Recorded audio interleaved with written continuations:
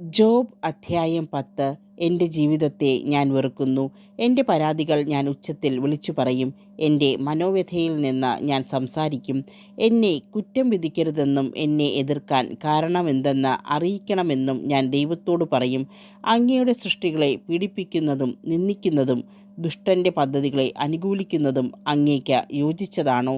ഞാൻ നിഷ്കളങ്കനാണെന്നും അങ്ങയുടെ കരങ്ങളിൽ നിന്ന് എന്നെ രക്ഷിക്കാൻ ആരുമില്ലെന്നും അറിയുന്ന അങ്ങ് എൻ്റെ അനീതികളും പാപങ്ങളും അന്വേഷിച്ച് കണ്ടുപിടിക്കാൻ അങ്ങേക്ക് മനുഷ്യനേത്രങ്ങളാണോ ഉള്ളത്?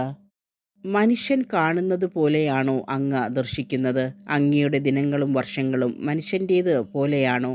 അങ്ങയുടെ കരങ്ങൾ എനിക്ക് രൂപം നൽകി എന്നെ സൃഷ്ടിച്ചു. എന്നാൽ ഇപ്പോൾ അങ്ങ് എനിക്കെതിരെ തിരിഞ്ഞ് എന്നെ നശിപ്പിക്കുന്നു. കളിമണ്ണ് കൊണ്ടാണ് അങ്ങ് എന്നെ സൃഷ്ടിച്ചതെന്ന് അനുസ്മരിക്കണമേ. പൊടിയിലേക്ക് തന്നെ അങ്ങ് എന്നെ തിരിച്ചയക്കുമോ? അങ്ങ് എന്നെ പാലുപോലെ പകർന്ന് തൈര് പോലെ ഉറ കൂട്ടിയില്ലേ?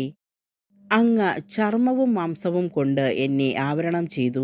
അസ്ഥിയും സ്നായുക്കളും കൊണ്ട് എന്നെ തുന്നിച്ചേർത്തു. അങ്ങ് എന്നിൽ ജീവനും ഗാഢമായ സ്നേഹവും നിക്ഷേപിച്ചു. അങ്ങയുടെ പരിപാലന എൻ്റെ ആത്മാവിനെ സംരക്ഷിച്ചു. എന്നിട്ടും ഇവയെല്ലാം അങ്ങ് ഹൃദയത്തിൽ മറച്ചുവെച്ചിരുന്നു. അങ്ങയുടെ ഉദ്ദേശം ഇതായിരുന്നു എന്ന് ഞാൻ മനസ്സിലാക്കുന്നു. ഞാൻ പാപം ചെയ്താൽ അങ്ങ് എന്നെ ശ്രദ്ധിക്കുന്നു.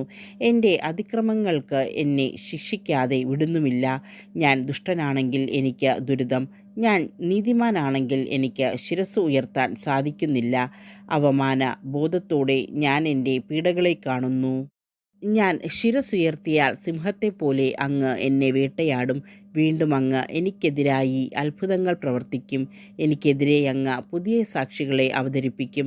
എൻ്റെ നേർക്കുള്ള പീഡനങ്ങൾ അങ്ങ് വർദ്ധിപ്പിക്കും. പുതിയ സൈന്യനിരയെ അങ്ങ് എനിക്കെതിരെ അണിനിരത്തും. അമ്മയുടെ ഉദരത്തിൽ നിന്ന് എന്തിന് അങ്ങ് എന്നെ പുറത്തു കൊണ്ടുവന്നു? ജന്മം ലഭിക്കാത്തവനെ പോലെ അമ്മയുടെ ഉദരത്തിൽ നിന്ന് എന്നെ ശവക്കുഴിയിലേക്ക് കൊണ്ടുപോയിരുന്നെങ്കിൽ, ആരും എന്നെ കാണുന്നതിന് മുൻപ് ഞാൻ മരിച്ചിരുന്നെങ്കിൽ.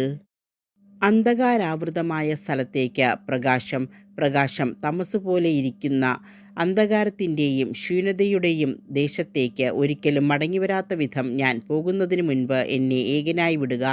ഞാൻ അല്പം ആശ്വാസം കണ്ടെത്തട്ടെ. എൻ്റെ ജീവിതകാലം ഹ്രസ്വമല്ലേ?